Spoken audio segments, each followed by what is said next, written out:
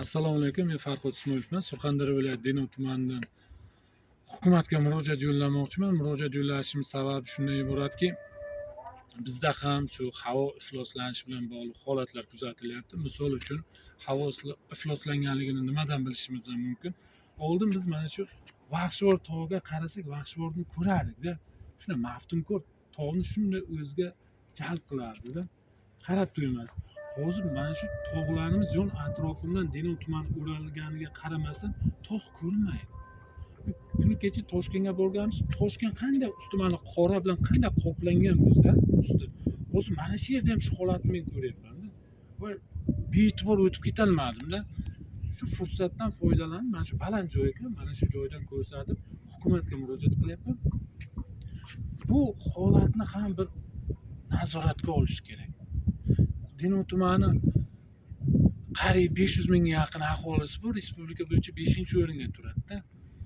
Endi havoning sifatini yaxshilash uchun bergan kuni kecha prezidentimiz kechiktirib bo'lmas chora-tadbirlar to'g'risida farmon imzoladilar, shu ekologiya vaziyat yuzasidan. Shularni ham Denov tumanida zudlik bilan tatbiq qilish kerak. Nafaqat Denov tumani, Surxondaryo viloyatiga. Mana misol uchun oddiy kuni kecha men ko'rdim, Denovda ham nechta parni xona bor. Nechtasi mazut bilan yoqiladi, nechtasi ko'mir bilan yoqiladi. Ular tahlil qilib, ularni ham gazga o'tkazish kerak. Bir ishchi guruh tuzilishi kerak biz Surxondaryoga, Denov tumani. Tahlil qilib chiqsin, yurib chiqsin, uyma-uy yurib chiqsin. 98 ta mahalla bo'lsa, 98 ta mahallaning yetukiligi biladi. Kim nima ish qilayotganligini. Buni tahlil qilishimiz kerak. O'zi men nimaga kuyinib gapiryapman? Bu havodan nafaqat o'zim, farzandlarimiz ham nafas oladi-da. Bu shunaqangi yomon narsa ekanki bu havo ifloslanishi PM2.5 to'g'ridan-to'g'ri qonga o'tib ketar ekan-da.